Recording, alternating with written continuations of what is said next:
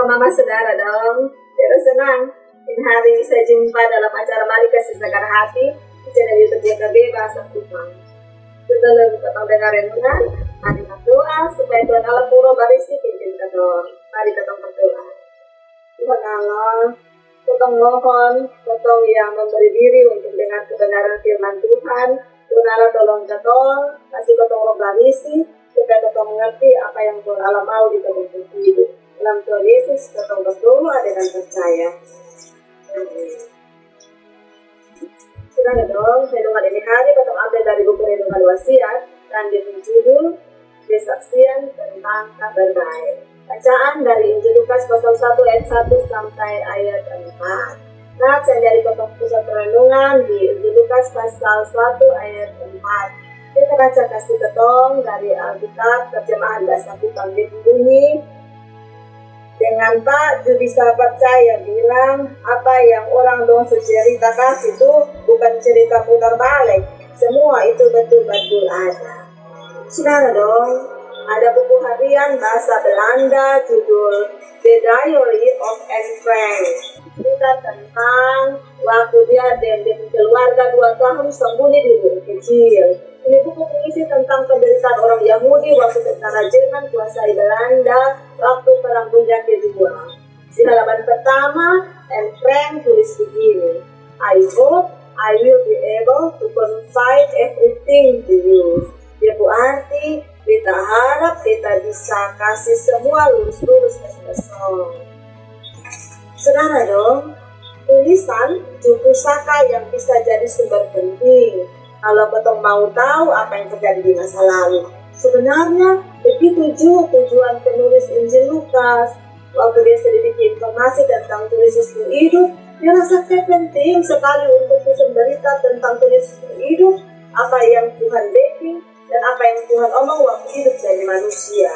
Maka Bapak Lukas tulis dan bikin tulisan jadi buku yang berisi tentang kesaksian kemana Tuhan Yesus waktu hidup dan apa yang terjadi dengan murid-murid waktu dong sama-sama dengan Tuhan. Itulah kenapa Lukas mulai dengan kasih tahu ke Theophilus di Lukas pasal 1 ayat 4.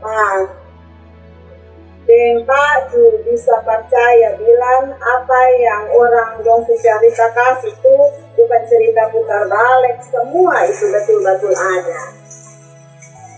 Lukas yang tulis Injil Lukas kasih tahu kalau yang tulis ame pengalaman murid-murid dengan Tuhan Yesus, maka potong semua yang hidup masih sekarang juga bisa ikut cara Lukas. Potong bisa kasih tahu kebenaran Injil Tuhan Yesus dan cerita Tuhan terbaik di potong. Potong bisa cerita ini semua di potong pugelu, kawan, sesama yang lain supaya potong semua tahu kebenaran Injil. Refleksi bagi ketong, ada banyak cara untuk cerita kebenaran Injil, termasuk cerita tentang Tuhan terbaik semua. Amin. Mari kita berdoa. Tuhan Allah, kita bersyukur untuk firman Tuhan. Bantu ketong, tolong ketong, supaya ketong selalu cerita tentang Tuhan Allah yang baik dan buat kesaksian yang indah tentang Tuhan Allah yang kasih di ketong hidup. Dalam Tuhan Yesus ketong berdoa. Amin. Demikian renungan untuk ketong ini hari. Jangan lupa untuk like, subscribe, dan bagi ke orang lain. Karena dengan begitu, ketong ambil bagian dalam pelayanan pekabaran Injil bersama YKB. Tuhan Yesus berkati. Shalom.